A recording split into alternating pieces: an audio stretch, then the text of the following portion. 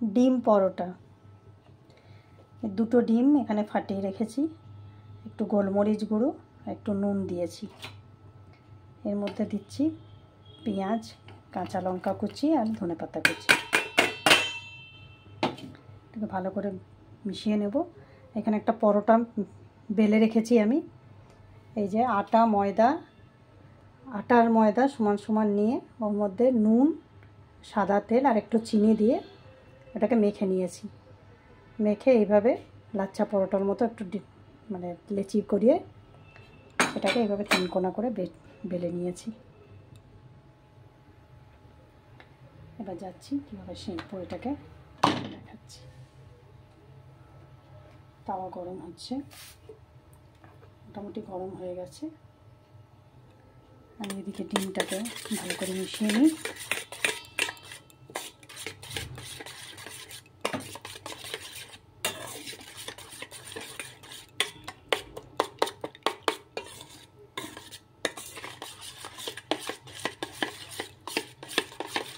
আপনারাও নিশ্চয়ই ডিম পরোটা করেন, কে কীভাবে করেন আমাকে একটু জানাতে পারেন। আমি আজ এইভাবে করছি। পরোটাটাকে একটু হালকা করে এপিট ওপিট সেঁকে নেব, যাতে ভেতরটা কাঁচা না থাকে।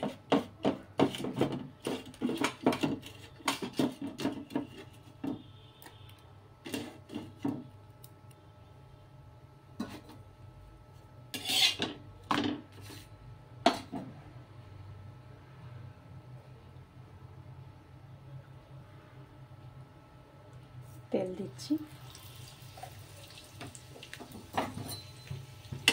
দেখছেন পরোটা এভাবে ফুলে উঠছে।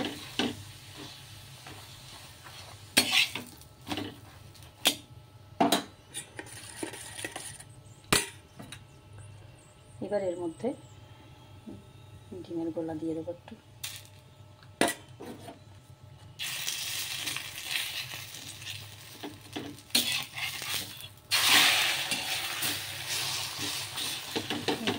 বসিয়ে দেবো। অপোজিট দিকটাও এভাবে একটু ডিমের গোলা দিয়ে দিচ্ছি।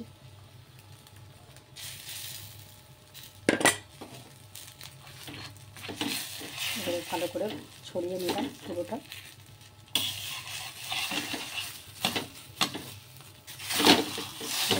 এবারে উপরে একটা অমলেটের মতো একটা পরত হয়ে গেছে।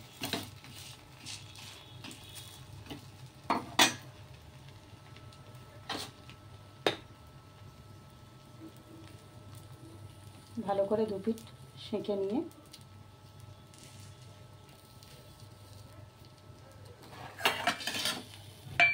এটা আজকে ডিনারে আমরা খাবো।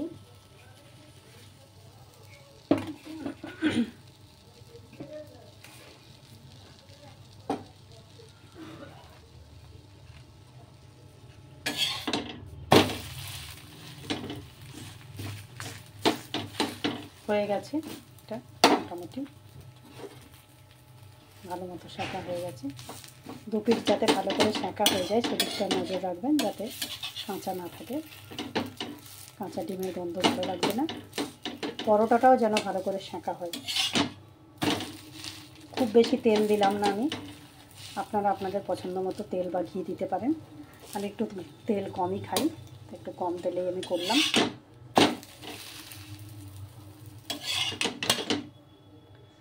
এটা আমি নামিয়ে নিলাম।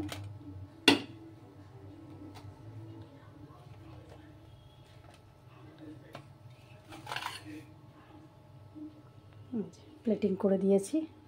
এটা আজকে আমাদের ডিনার। পরোটা, একটু স্যালাড, একটু সস আর একটা সন্দেশ। শুভ নববর্ষ। Thank you for watching.